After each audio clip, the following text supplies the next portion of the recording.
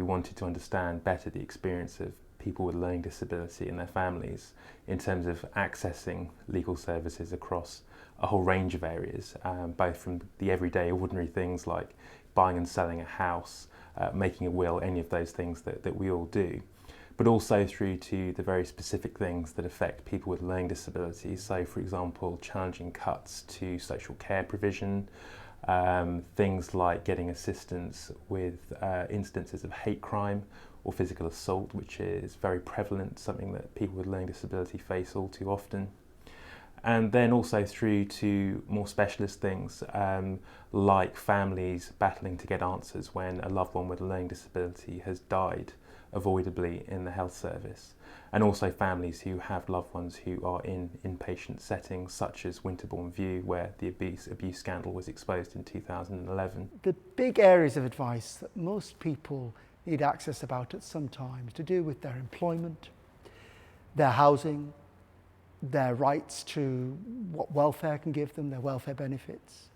and also in their relationships with other human beings. Things can go wrong, what we call family and personal in the advice sector. People with learning disabilities that I've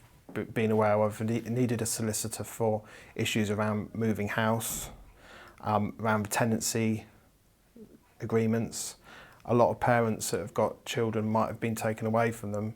There's a lot of issues there that they needed solicitors for. Children and young people with learning disabilities often approach Just for Kids Law because they have been arrested and they have they want to advice and support, often because the legal representation they have already received has not left them with confidence that the person representing them understands issues that are very specific to their learning disability. Everyday law-related problems would be, and the ones we would see most often would be problems with your tenancy being at risk, nuisance neighbours, debt, obviously, maybe having been exploited by people selling products and services when they know, they can sense that you're not really understanding what it is you're agreeing to, but they press ahead anyway, and issues with parents with learning disabilities. Those are the three biggies, I would say.